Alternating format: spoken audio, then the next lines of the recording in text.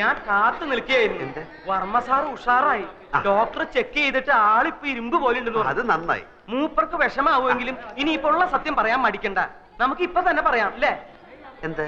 താൻ ആൽഫിയല്ല അപ്പുക്കുട്ടനാണ് ചന്ദ്രകുഞ്ഞിന്റെ ഭർത്താവല്ലാന്ന്. എനിക്ക് വയ്യ. അതെന്താ? എനിക്ക് വയ്യേ. അതെന്താന്നാ ഞാൻ? എനിക്ക് വയ്യ. അത് തന്നെ. അപ്പൊ എന്താടാ നിന്റെ ഉദ്ദേശം? ഉദ്ദേശം പിന്നെ പറയാം. ഞാനാണ് ആൽഫി, ചന്ദ്രയുടെ ഭർത്താവ്. അത്രയും മനസ്സിലായോ? 14-ാം തീയതി ഞങ്ങൾ രജിസ്റ്റർ കച്ചേരിയിൽ വെച്ച് കല്യാണം കഴിച്ചു. തൽക്കാലം ഇതൊന്നും മാറ്റി പറയാൻ സൗകര്യമില്ല. അത് തന്നെ. നീയല്ലേ പറഞ്ഞ സത്യം പറയാൻ പോവാന്ന്? താനല്ലേ പറഞ്ഞ സത്യം പറയണ്ടെന്ന്? അതപ്പോ. എന്നാ ഇതിപ്പോ.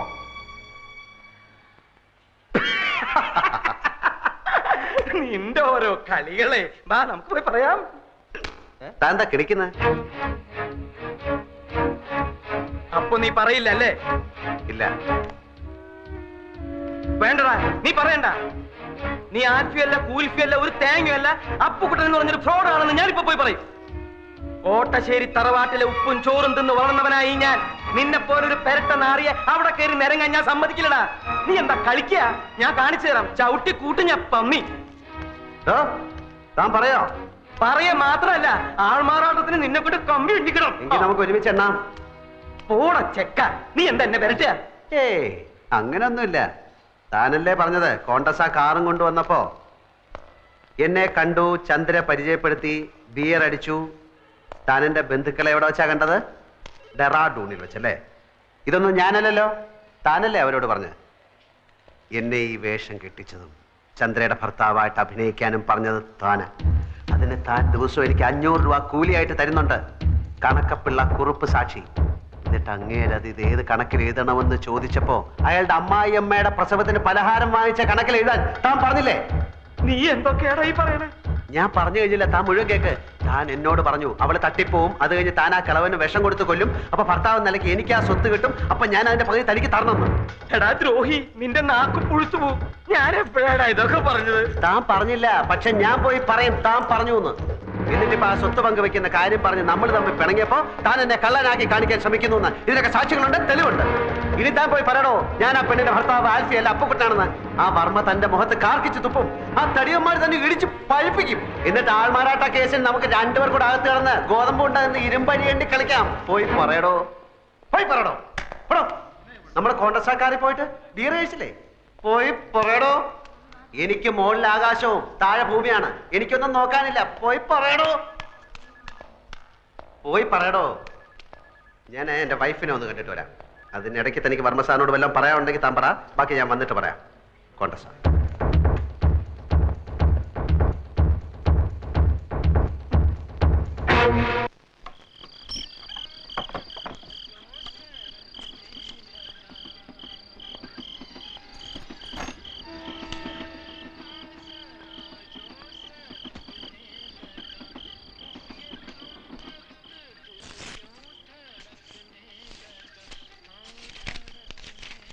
പ്രിയപ്പെട്ട ഏട്ടൻ എന്നാ ഇങ്ങോട്ട് വരുന്നത്? ഇവിടുത്തെ കാര്യങ്ങൾ കഷ്ടമായിക്കൊണ്ടിരിക്കുകയാണ്. എൻ്റെ കാതിലെ കമ്മൽ ഇന്നലെ വിറ്റു. കോടതി ഇന്നലെ വേനൽ അവധിക്ക് അടച്ചു. തുറന്നിട്ടേ വിധി വരൂ. അച്ഛന് ഊണും ഉറക്കവുമില്ല. ചിലപ്പോ ഒറ്റയ്ക്കിരുന്ന് കരയുന്നത് കാണാം. എന്നും ചേട്ടൻ എപ്പോഴാ വരുന്നതെന്ന് ചോദിക്കും.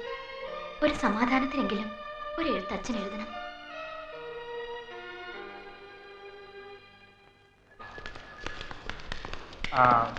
ടെസ്റ്റെല്ലാം കഴിഞ്ഞോ? എല്ലാം കഴിഞ്ഞു. ചന്ദ്രപൂർണ്ണ ആരോഗ്യതയാണ്. പക്ഷേ ന്യൂറോളജിസ്റ്റ് സ്വല്പം കൺഫ്യൂഷനിൽ. അതാ ഞാൻ ഇവരോട് പറഞ്ഞുകൊണ്ടിരുന്നത്. ചന്ദ്രയുടെ ശരീരത്തിന്റെ ഏതെങ്കിലും ഭാഗം വിരൽത്തുമ്പെങ്കിലും ചെറുതായിട്ടൊന്ന് അനങ്ങിയാൽ മതി. പിന്നെ ആ കുട്ടിയെ എങ്ങനെ രക്ഷിക്കണമെന്ന് ഞങ്ങൾക്കറിയാം. അതുവരെ ഒരു പെർഫെക്റ്റ് ഡയഗ്നോസിസ് പ്രയാസമാണ്. ഞാൻ പറഞ്ഞില്ലേ, അവർക്ക് സ്നേഹവും പ്രതീക്ഷയും ധൈര്യവും കൊടുക്കുക. അത് ഹസ്ബൻഡിന്റെ കടമ. All the best. ഓക്കെ. തന്നോടൊരു കാര്യം പറയാൻ മറന്നു. ലേഹയുടെ ഫോൺ ഉണ്ടായിരുന്നു, അവള് വരുന്നു. ആൽഫി അന്വേഷിച്ചു. കുട്ടിയുടെ മോള് നിങ്ങൾ തമ്മിൽ നേരത്തെ പഠിച്ചുള്ളൂ. പിന്നെ അവളല്ലായിരുന്നു ഇവരുടെ കല്യാണത്തിന് സപ്പോർട്ട്. ഞാൻ മോളെ കണ്ടിട്ട് വരാം.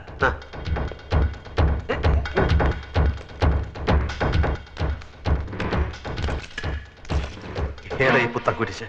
പുത്തൻകുരിശ് എന്ന് പറഞ്ഞാൽ എറണാകുളത്തിനടുത്തുള്ള സ്ഥല.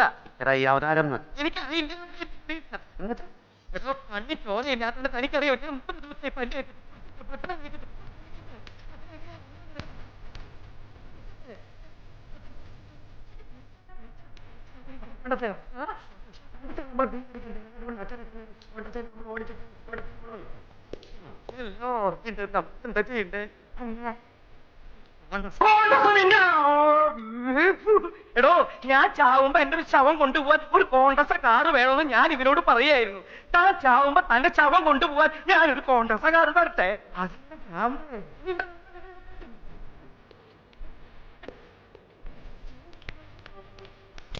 ഞാൻ മതളിത തന്നെ.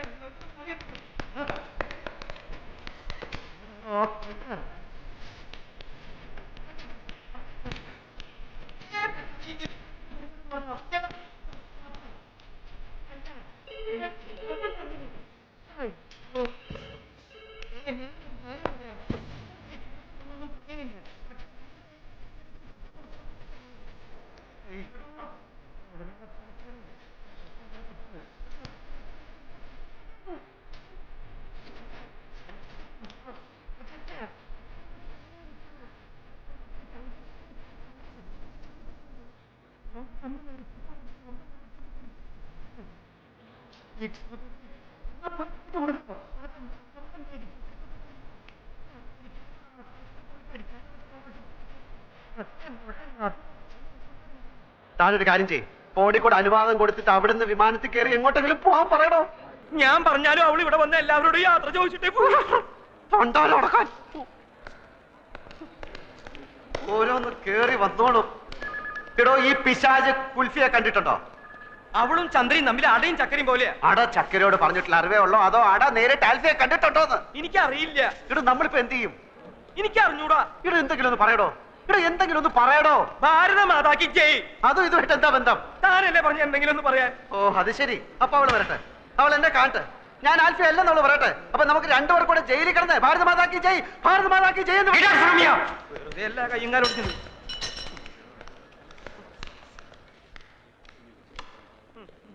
ഞാനൊരു വഴി കണ്ടുവച്ചിട്ടുണ്ട്. കുറച്ച് വിഷം മേടിച്ചത് എന്റെ പോക്കറ്റിലുണ്ട്. തീരെ നിവൃത്തിയില്ലാതെ വന്നാൽ ഞാൻ അത് തന്നെ തിന്നും. താൻ തന്നെ തിന്നാൻ വരട്ടടോ. ഞാനൊരു വഴി കണ്ടുവച്ചിട്ടുണ്ട്, വരട്ടെ, വരുന്നിടത്ത് വെച്ച് കാണാം. തന്റെ മോൾ ആളെങ്ങനാടോ? എന്താ സയൻസ്? എടോ, അവളുടെ സ്വഭാവ വിശേഷ സവിശേഷ ഗുണഗണങ്ങൾ എങ്ങനെയാണ്, എങ്ങനെ ഹാൻഡിൽ ചെയ്യണമെന്ന് അറിയാനാണ്. ആ, അത് വേണമെങ്കിൽ പറഞ്ഞുതരാം.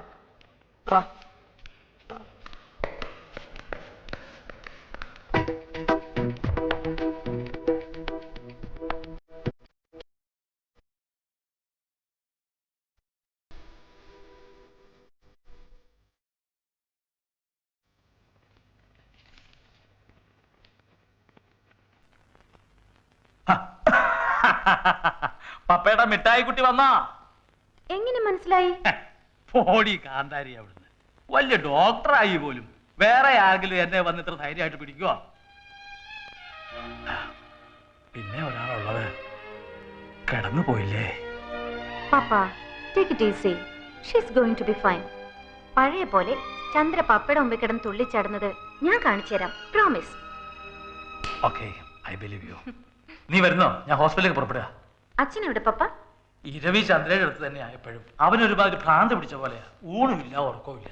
എന്നേക്കാ കൂടുതൽ വേവലാതിയാ അവന്. ചന്ദ്രയുടെ ഭർത്താവും അങ്ങനെ തന്നെയാണ് കേട്ടോ. 5 minutes. ഒരു quick wash and change. Papa ready ആകുമ്പോഴേക്കും ഞാനും ready. Okay. This is nothing. She is excellent. ഞാനും ഒരു പൊടി ഡോക്ടറല്ലേ, എനിക്കറിയില്ലേ. ഞാൻ ഇവിടുന്ന് പോവും മുമ്പ് ചന്ദ്രൻ നടന്നിരിക്കും. പിന്നെ ഞങ്ങളൊക്കെ കൂടെ ഉണ്ടെന്നുള്ള ധൈര്യം വേണം കേട്ടോ. എവിടെ എന്റെ brother in law, Alfie the great? മോളെ, നീ അവനെ കണ്ടിട്ടുണ്ടാ? എനിക്കറിയില്ലേ എങ്ങനെയാളെന്ന്. അതെങ്ങനെ? ഞങ്ങള് തമ്മില് കൊറേ കിന്നാരം പറഞ്ഞിട്ടുള്ളതല്ലേ ഫോണില്. അത്രേ ഉള്ളൂ. അപ്പൊ നിങ്ങൾ മാത്രമേ അവനെ നേരിൽ കണ്ടിട്ടുള്ളൂ അല്ലേ? അച്ഛനെപ്പോ കണ്ടു? ചന്ദ്രയുടെ കോണ്ടസാക്കാരുമായി വന്നപ്പോ അവര് തമ്മിൽ പരിചയപ്പെട്ടു അത്രേ. എന്നിട്ട് ഈ കളൻ അക്കാര്യം പറഞ്ഞത് ഇപ്പഴാ. ആളെവിടെ? രാവിലെ വന്നതാ. ഡോക്ടറെ കാണണമെന്ന് പറയണത് കേട്ടു. ഞാൻ പോയി നോക്കട്ടെ.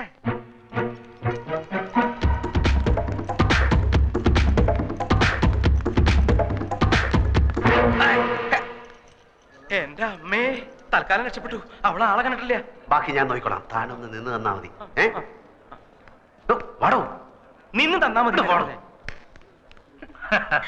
ആ എത്തില്ലോ.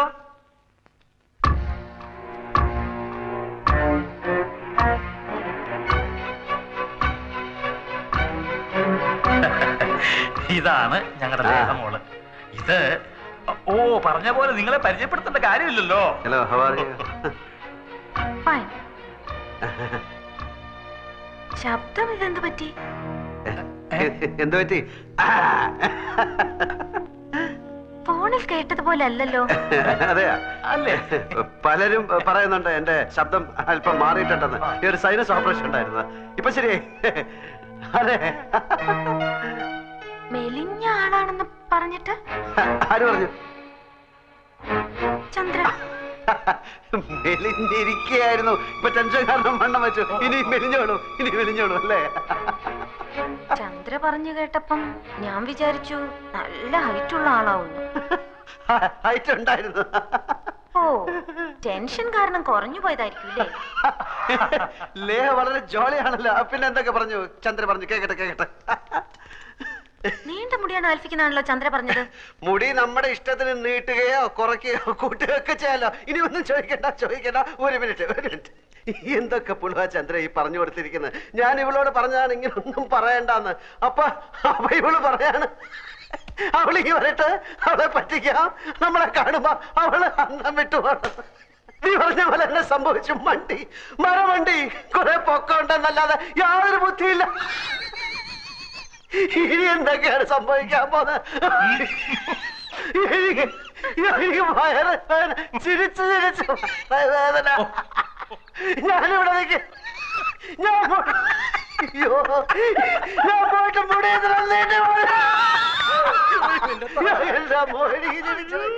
ഇന്നലെ ഒരു തമാശ ഞാൻ കേട്ടു.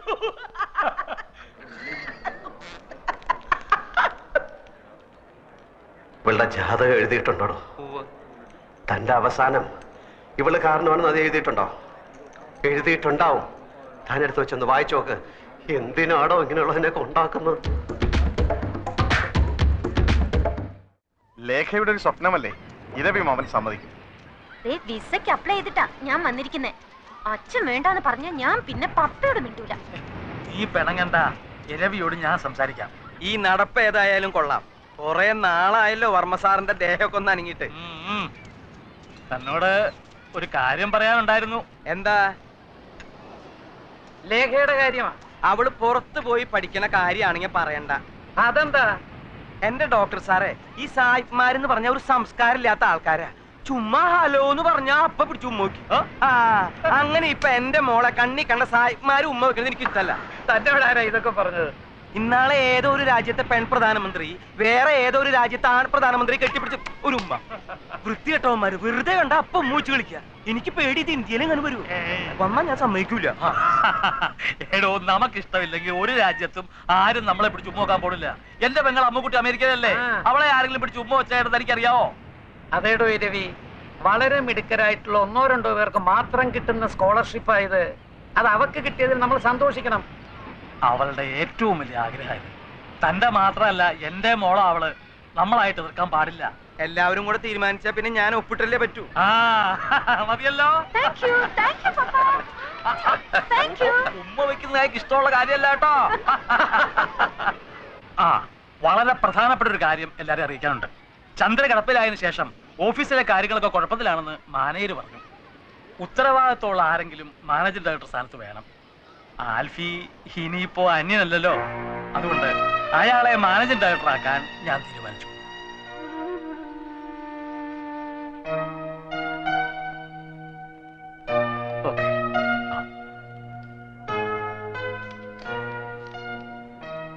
വേറെ ആരെയുമല്ല, എന്റെ മകളുടെ ഭർത്താവിനെ തന്നെയാണ് ഞാൻ ബിസിനസ് കാര്യങ്ങൾ വിശ്വസിച്ചേൽപ്പിക്കുന്നത്.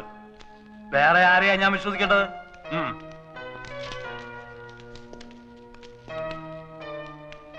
ഇതിത്തിരി കടന്ന കൈയായി പോയി. എന്ത്? എവിടെന്ന് വന്ന് കയറിനെ പിടിച്ച് ബിസിനസ് അല്ലേ ഏൽപ്പിച്ചത്? മറ്റാരും അല്ലല്ലോ, ചന്ദ്രയുടെ ഭർത്താവല്ലേ. എന്ന് പറയുന്നല്ലേ ഉള്ളൂ, തെളിവൊന്നുമില്ലല്ലോ. ഇരവി കണ്ടതല്ലേ. ഇരവിയും കുഴവിയും അമ്മിക്കല്ലും ചേർന്ന് കുടുംബം തല്ലിച്ചതക്കായിരുന്ന മതിയായിരുന്നു. ഓഫീസിലിരുന്ന് അവിടുത്തെ കാര്യങ്ങളൊക്കെ നോക്കാൻ അധികാരം കൊടുത്തുന്നല്ലാതെ തൊത്തൊന്നും എഴുതി കൊടുത്തില്ലല്ലോ. ഓ, ഇതെങ്ങനെ ചത്തുപോയാ ഉള്ളതെല്ലാം വാരിക്കൊണ്ട് അവൻ പോവും. വെറുതെ അതും ഇതും പറയാതെ അവളെല്ലാം കണ്ടോണ്ടും കേട്ടോണ്ടും കിടക്കുക.